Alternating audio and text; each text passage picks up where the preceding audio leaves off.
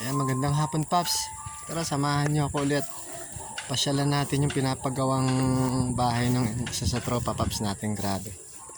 Parang ang bilis talaga nila gumawa, guys. So, napansin ko lang at nasilip. Ayan. Nagsimula lang sila nung Lunes. Pang 4 days na nila ngayon. Huwebes, ayan, grabe. Oh. Bale, may puting na po siya. Ayan, may post. Dito, may buhos na.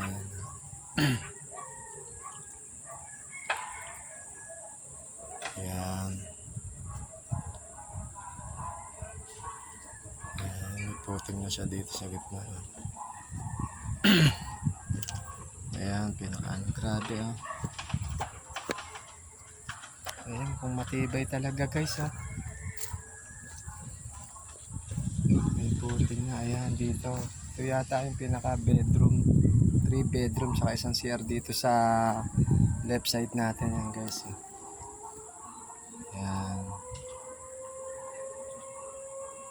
And then dito yung isang kwarto, pinaka guest room. Ayan, medyo maliit lang. Siguro mga nasa 2.5 lang siguro to, guys. Ayan. Yung pinaka sa likod, service area.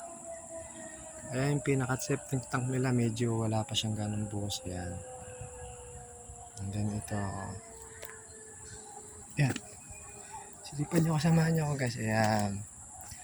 Ayan yung septic tank nila, guys. Makikita nyo po talaga na mabilis po talaga at saka maayos. Matibay po yung pagkakagawa po nito. Ayan. Ayan siya, guys. Ayan. O, siguro ito po yung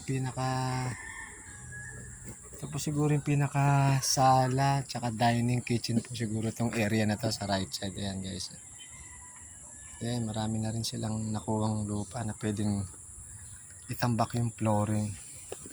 Siguro mataas din po yung flooring nito siguro, guys. Halos papantay po siya. Pwede pa natin ilakpas na sa may kalsada. Ayan. Ayan, guys, oh. Mukhang matibay nga po, guys, oh. Double. Yan sa pinakailalim nila, halos siksik po talaga, guys. Ayan.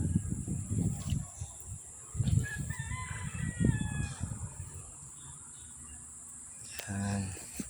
So dito pa po nakaabang yung pinaka terrace o porch po siguro. Kasi meron silang abang na bakal dito. Siguro mga 2 to 3 meters po siguro to. Ayan. Grabe, malaki-laki din po to. Ayan, guys, ayan, oh. Alright mga katropa pips, salamat.